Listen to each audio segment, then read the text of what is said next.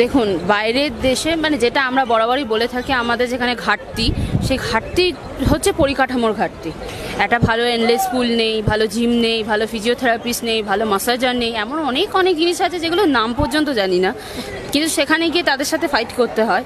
সেই জায়গায় দাঁড়িয়ে গঙ্গাকেই বাধ্য হয়েছিলাম নিতে, এবং গঙ্গার স্রোতের উল্টো দিকে যে স্রোতের বিপক্ষে প্র্যাকটিস, স্রোতের দিকে প্র্যাকটিস, এইগুলো কাজে লাগাতে হয়েছে মানে টোটকা হিসাবে। কিন্তু এগুলো দিয়ে তো কাজ চলে না। এর থেকে আরও ভালো হয়তো পারফর্ম করতে পারতাম যদি ওই ধরনের এন্ডলেস পুল পেতাম, ওই ধরনের জিম পেতাম।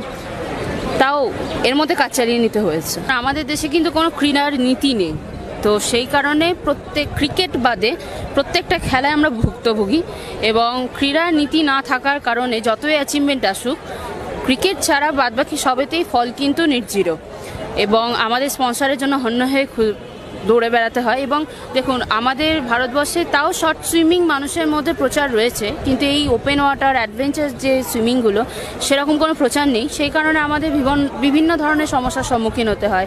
স্পন্সর পায় না, প্র্যাকটিসের জায়গা পায় না। এখন যদি আমি কোনো কলকাতা সুইমিং পুলকে বলি আমি সারা রাত সাঁতার কাটবো, স্বাভাবিক সবাই নিশ্চয়ই পারমিশন দেবে না। তো স্বাভাবিকভাবে আমার মনে হয় এই মুহূর্তে ভারতবর্ষে একটা ক্রীড়া নীতির ভীষণ প্রয়োজন। আমি যখন ইংলিশ চ্যানেলের জন্য প্রস্তুতি নিচ্ছিলাম, তখন স্পন্সরের জন্য যে সমস্যাটা আমাদের